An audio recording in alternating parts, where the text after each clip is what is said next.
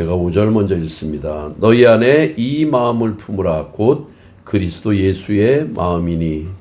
그는 근본 하나님의 본체시나 하나님과 동등됨을 취할 것으로 여기지 아니하시고 오히려 자기를 비워 종의 형체를 가지사 사람들과 같이 되셨고 사람의 모양으로 나타나사 자기를 낮추시고 죽기까지 복종하셨으니 곧 십자가에 죽으시니라. 이러므로 하나님이 그를 지극히 높여 모든 이름 위에 뛰어난 이름을 주사 하늘에 있는 자들과 땅에 있는 자들과 땅 아래에 있는 자들로 모든 무릎을 예수의 이름에 꿇게 하시고 모든 입으로 예수 그리스도를 주라 시인하여 하나님 아버지께 영광을 돌리게 하셨느니라. 그러므로 나의 사랑하는 자들아 너희가 나 있을 때뿐 아니라 더욱 지금 나 없을 때에도 항상 복종하여 두렵고 떨림으로 너희 구원을 이루라. 아멘. 메리 크리스마스. 우리가 메리 크리스마스를 마음껏 외칠 수 있는 것도 하나님의 은혜이고 하나님이 주신 복입니다. 지금 전 세계에는 하나님을 하나님이라 부를 수 없는 나라, 아버지를 아버지라 부를 수 없는 현 세대의 홍길동들이 많이 살고 있는 세대입니다.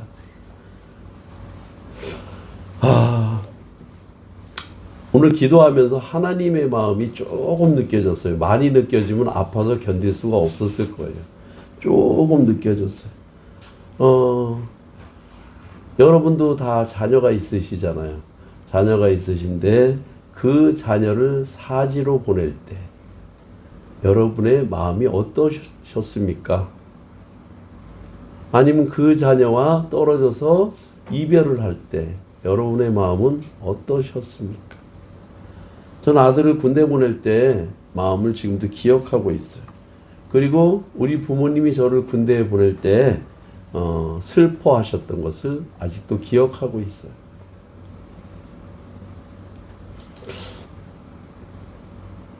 너무나 걱정이 많이 되잖아요. 어버이 친자 여러분 아시죠? 어버이 친자.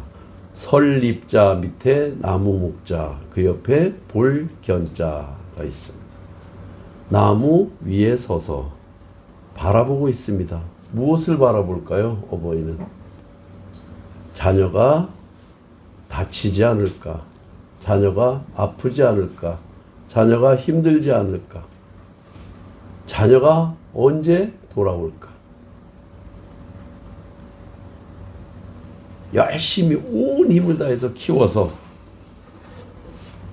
이제 어느 정도 성장하면은 자기 둥지를 찾아서 하나씩 하나씩 자녀들은 떠나갑니다. 저희 자녀들 이제 다 떠났어요. 보내는 부모의 심정. 오늘 하나님의 마음을 여러분 조금이라도 아는 것이 하나님께 영광을 돌리는 길인 줄로 믿습니다. 오늘은 특별한 날입니다. 교회에는 3대 절기가 있습니다. 뭐가 있죠? 성탄절, 부활절, 추수감사절.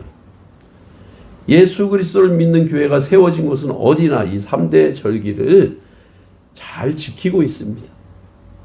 특별히 성탄절은 예수 그리스도가 인류를 구원하기 위해서 이 땅에 오신 날로 더욱 성대하게 지켜지고 있습니다. 우리가 가깝지는 않지만 미국의 오바마 대통령 재임 기간에 성탄절의 호칭을 고쳤습니다. 홀리데이, 거룩한 날. 부활절도 지키지 않고 양성평등의 날로 고쳐 불렀습니다. 기독교 기념일들을 없애는 정치를 했습니다. 트럼프가 재임한 후 제일 먼저 한 것이 바로 그 호칭 고치기였습니다. 우리가 신앙의 자유를 찾기 위해 목숨을 걸고 메이플라워를 타고 이 땅을 찾아왔는데 성탄절을 홀리데이라니 말도 안 된다며 성탄절을 온전한 성탄절로 회복하는 운동을 시작했습니다. 양성평등의 날 호칭을 다시 고쳐 부활절로 부활시켰습니다. 또한 오바마 재임 시절에 개정된 법에 따라 미군 장교, 사병 중에 동성애자가 1만 5천 명이나 입대하여서 멀쩡한 군인들하고 같이 숙식을 하면서 지냈습니다. 트럼프가 그 1만 5천 명의 동성애 군인들을 일시에 다 제대를 시켰습니다. 집에 가서 동성애를 하든지 말든지 말 안 하겠지만 군대에서는 안 된다고 다 제대를 시켜버렸습니다. 우리 사회에서도 언젠가 거리에 캐롤이 없어지고 언제부턴가 추리도 간소화되었습니다. 교회들이 먼저 모든 장식을 간소화하고 주님 오신 날을 기쁨으로 맞기를 주저하고 있습니다. 경제가 어떠니 정치가 어떠니 하며 조용히 지내자 스스로 자제들을 합니다. 관혼상제, 허례허식, 정치부패 하나도 바로잡지 못했는데 기독교 문화만 축소되고 눈치를 보며 주님의 성탄을 축하하기를 주저하고 부끄러워하고 있습니다. 전혀 맞지 않은 이상한 논리로 기독교를 압박하는 사탄의 계략에 미련한 성도들이 동의하면서 세상 사람들의 손을 들어주고 있는 것입니다. 참으로 기가 막히고 안타까운 일이 아닐 수 없습니다. 예수님이 태어나셨을 당시 2000년 전 아무도 하나님의 아들이 인간의 몸을 입고 세상에 오셨음을 알지 못했습니다. 어느 연예인이 인근에서 영화 촬영을 한다 해도 사람들은 그 광경을 보려고 몰려듭니다. 그러나 세상을 구원하신 하나님의 아들의 임재를 사람들은 아무도 알지 못했습니다. 단지 양을 치던 목자들과 별을 보던 박사들만이 예수님의 탄생을 축하했을 뿐입니다. 만왕의 왕 예수님은 가장 낮고 초라한 말이 머무는 말구유의 가난한 목수의 아들로 태어나십니다. 만일 초임 때처럼 재림 때에도 주님 오심을 우리가 알지 못한다면 그때는 구원의 희생제물이 아닌 심판주로 오시는 주께서 심판하는 그 심판을 아무도 면하지 못할 것입니다. 요즘 세태를 풍자한 이야기가 있습니다. 동네 돌잔치가 열리면 동네 사람들이 모두 모여 즐겁게 먹고 마시며 덕담을 나누었습니다. 그러나 막상 주인공 돌잡이 아이는 애복이 등에 업혀서 밖으로 쫓겨나 젖먹을 시간을 놓치는 일이 다반사였습니다. 성탄절자 미국의 어느 큰 교회에서 성탄 축하 예배를 성대하게 드리고 있습니다. 화려하고 웅장한 음악회가 열렸습니다. 그 음악에 이끌려 한 흑인 아이가 교회로 들어가려다가 사람들에게 저지당해서 쫓겨났습니다. 쫓겨난 아이는 교회 입구 계단에 앉아 훌쩍거리며 울고 있습니다. 그런데 누군가가 그 뒤에서 아이의 등을 툭툭 치면서 부르는 것입니다. 얘야, 울지 마라. 나는 내 생일 잔치인데도 들어가지 못하고 여기 있단다. 아이가 고개를 들어 누군가 바라보니 그분은 바로 예수님이셨습니다. 주인공 예수님이 없는 오늘날 교회들의 잔치는 누구를 위한 것일까요? 어니스트 해밍웨이의 소설 제목이 생각이 납니다. 누구를 위하여 종은 울리나? 누구를 위하여 잔치는 벌어지는가? 누구를 위하여 예배는 드려지는가? 누구를 위하여 찬양을 부르고 있는가? 영혼에 대한 사랑이었고 예수님께 감사와 감격이 없는 성탄잔치. 주님의 백성이라고 하는 교회는 그 참뜻을 알지 못하고 유흥업소와 거리에서만 요란한 성탄절, 거룩함을 잃어버리고 주인이 사라진 예배, 내가 부르고 내가 만족하고 내가 감격하는 찬양. 어떤 사람이 죽으면서 자신의 장기를 기증하여 다른 사람을 살렸다면 그의 온 가족은 물론 온 사회가 그를 칭송할 것입니다. 2000년 전 우리 곁에 오신 예수님은 온 인류를 위해 우리들 한 사람 한 사람의 영혼을 구원하기 위해 하늘 보좌를 버리고 가장 낮은 말구유에 낮고 천한 인간의 모습을 입고 오셨습니다. 섬김받으러 오신 것이 아니라 섬기고 오로지 주려고 오셨습니다. 주님은 이 땅에 계실 때 아무것도 가진 것이 없었습니다. 말구유를 빌려서 태어나셨고 베드로의 배를 빌려 설교하셨고 나귀 새끼를 빌려 예루살렘에 입성하셨습니다. 마가의 다락방을 빌려 마지막 만찬을 베푸셨습니다. 여우도 굴이 있고 공중의 새도 깃들일 곳이 있는데 인자는 머리 둘 곳이 없다고 한탄하셨습니다. 너무나 배고픔에 열매 없는 무화과 나무를 저주하기도 하셨습니다.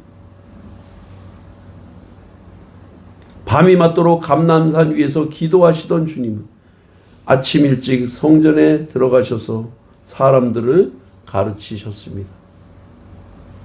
십자가에 돌아가신 후 무덤까지도 아리마대 요셉의 것을 빌리셨습니다.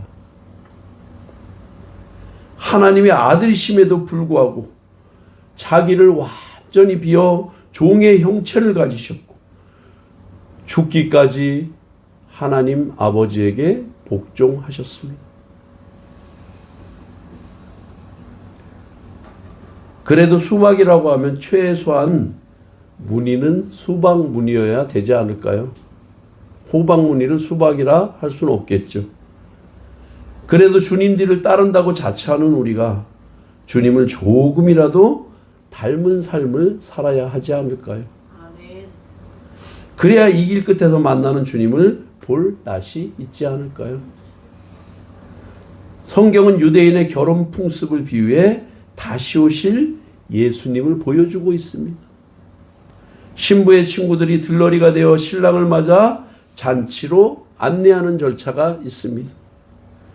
예수님은 천국을 신랑 맞을 준비를 하는 열 처녀로 비유를 하셨습니다. 열 처녀 중 다섯은 지혜롭고 다섯은 어리석다고 하셨습니다. 어리석고 지혜로움을 가르는 기준은 여분의 기름을 준비했느냐였습니다. 신랑이 더디오자 모두 잠들고 등불은 꺼집니다. 밤중에 신랑이 온다는 소리를 듣고 깨어나 다급히 등을 손질합니다. 기름이 준비된 다섯 처녀는 등을 밝힐 수 있었지만 나머지 처녀들의 등은 꺼져가고 있습니다. 그들은 당황하여 기름을 사러 간 사이에 신랑은 기름을 준비한 처녀들과 함께 혼인잔치에 들어갑니다.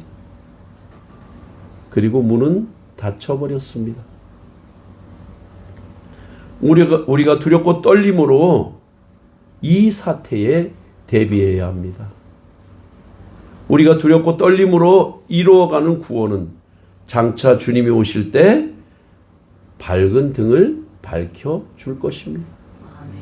사랑하는 여러분, 2025년 주님 오신 날을 다시 맞은 우리는 기름을 준비한 슬기로운 처녀들입니까? 아니면 기름이 없어 신랑을 맞을 수 없는 어리석은 처녀들입니까?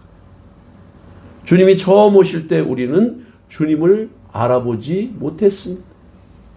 2000년 전에 우리를 위해 오신 주님을 우리는 십자가에 못 박았습니다. 이제 더 이상의 기회가 우리에게는 없습니다. 주님 다시 오실 때는 더 이상 화목제물이 아니십니다. 우리 한 사람 한 사람의 중심을 꿰뚫어 보시며 심판하실 심판주로 오시는 것입니다. 우린 잠시도 방심하지 말고 늘 하나님의 뜻에 합당한 삶을 살아감으로 다시 오실 주님을 기다리며 기름을 준비하여야 합니다. 아멘. 주님 다시 오실 그때는 반드시 깨어 있어서 아멘. 기쁨으로 주님을 맞는 임마누엘 성도들이 다 되시기를 간절히 축복합니다. 아멘. 기도하시겠습니다. 하나님 아버지 감사합니다. 죄로 죽을 우리를 구원하셔서 주님 품에 안으시려고 창조주 하나님이 비천한 사람의 몸을 입고 이 땅에 오신 그 크신 사랑을 찬양합니다. 아멘. 부족한 우리는 이 어린아기 예수를 참된 왕이요 세상의 구주로 맞으며 기쁨과 감사를 드립니다. 아멘. 주님, 세상은 그 사랑을 알지 못하고 주님을 멀리하고 믿는 자녀들을 핍박하여 주님에게서 떼어놓으려고 갖은 방법을 다 동원하고 있습니다. 2000년 전 우리를 살리고 구원하신 그 사랑으로 우리를 사탄에게 의해서 구원하여 주시고 우리가 주님의 용사로 서서 영적 전쟁에 승리하며 다시 오실 주님을 기쁨으로 맞을 수 있도록 우리를 도와 주시옵소서. 예수님의 이름으로 기도드리옵나이다. 아멘.